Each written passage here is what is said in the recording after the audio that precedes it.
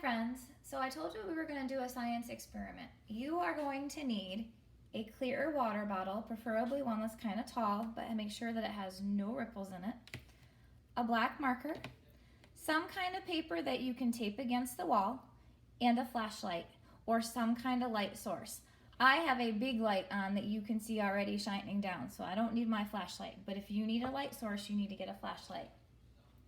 First step that you need to do, on your paper, you need to draw 2 arrows just like I did in the background. Draw one arrow going one way and the other arrow going the other direction. We learned yesterday in class about refraction and how when light shines through the water, it's going to bend that light and cause something to happen. Keep your eyes very closely on my arrows. Remember which way they are going.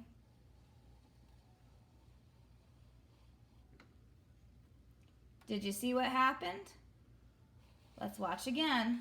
Look very carefully. The top arrow is going this way and my bottom arrow is going that way. Watch again what happens. Do you see how the arrows change directions? My top arrow is now going that way and my bottom arrow is going the other way. Now it's your turn. Go find all your materials at home and then tell me in your journal what happened.